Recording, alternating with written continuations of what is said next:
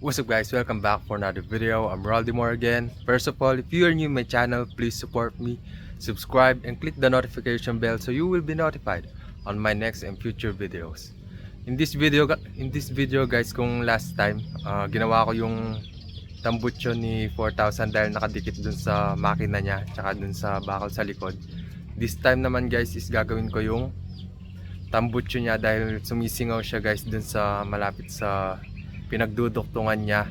And nung pinaandar ko siya guys is nung tinapat ko yung kamay ko doon malapit dun sa tambucho kung saan yung duktungan, nararamdaman ko guys yung hangin na lumalabas doon.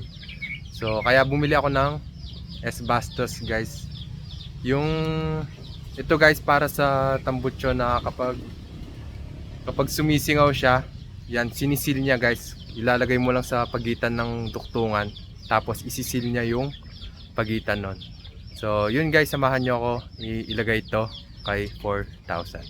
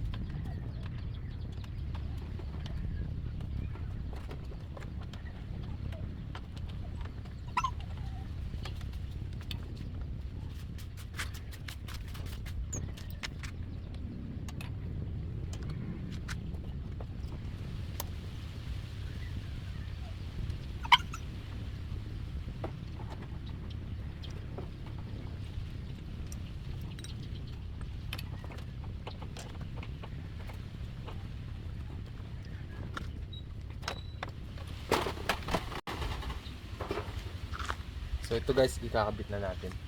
Ilalagay na natin dito.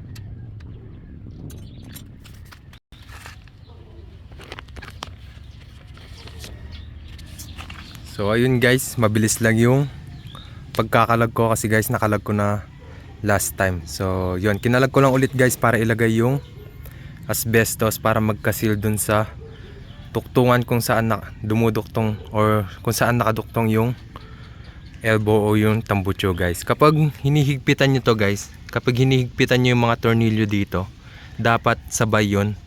Huwag mong higpitan agad yung isa para pantay yun kapag pareho na silang mahigpit.